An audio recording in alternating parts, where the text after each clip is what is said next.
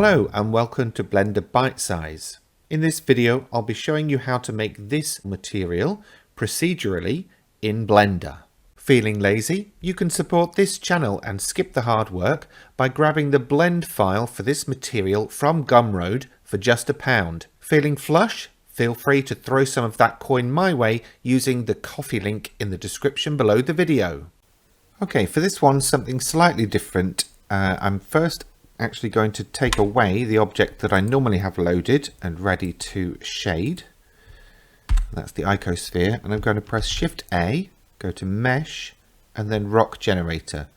You may need to add, enable the Extra Objects add-on. That's through the Edit and Preferences menu. So I'm basically just going to make a few changes just to get me a coal-ish, coal-like structure. Something random. Weird. Let's go with that.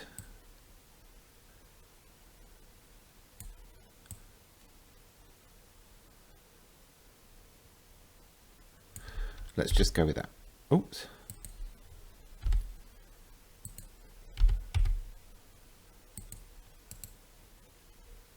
I'll shade smooth as well. Then we're going to head over to the shading tab, enable viewport shading, select our object and apply a new material.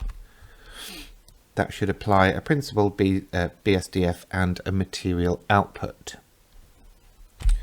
Now on the principled shader we're going to drop the specular to 0.1 and the rest we're going to control via a few other bits and pieces. Now we're going to need a noise texture. In fact, we're going to need several of those, so I'm just going to make a couple of copies with Shift D. We're going to need a Voronoi texture.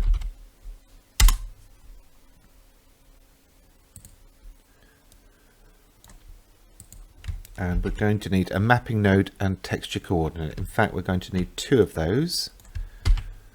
So I shall duplicate that.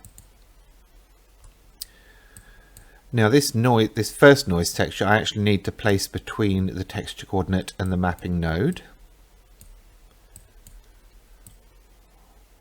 And then the top mapping node is going to control the vectors for the Voronoi and the top noise texture.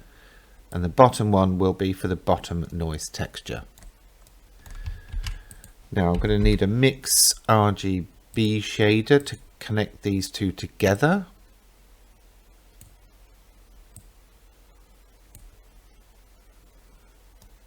And I will need a couple of color ramps as well. Both are going to come out of that mix node. The top one is going to go into the base color in the principled shader, and the bottom one is going to go into the roughness, and then we're going to connect the lowest noise texture to the normal, and we will add a bump node and connect the height. Okay, we need to start making some changes to all these bits and pieces. For the left-hand noise texture, change the scale to 2, detail to 15, and leave the rest of the settings as they are. Change the input from generated to object, and actually we'll do that for the bottom one as well.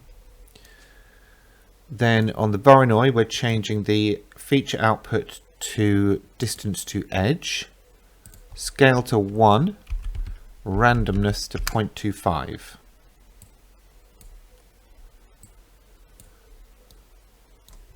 On this noise texture, we're changing the scale to 2, detail to 15, and leaving everything else the same. On the bottom noise texture, changing the scale to 3, detail to 15, and leaving everything else the same. We're leaving the mix shader as mix, and we're changing the factor to 0.25. Now on the color ramps, we're going to change this white value to a darkish grey. Let's go for something around 0.03, and we're going to move it to 0.65.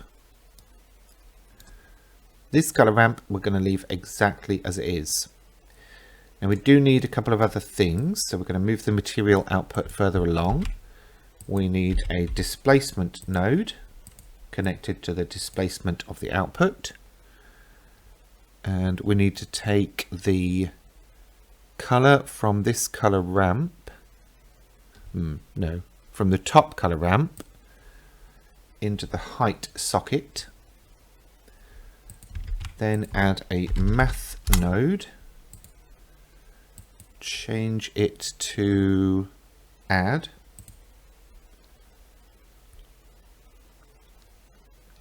and on the scale in the displacement change that to 0.5.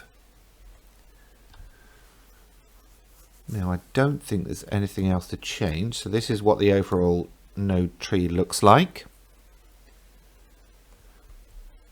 What we'll do is send that to render and see what we get.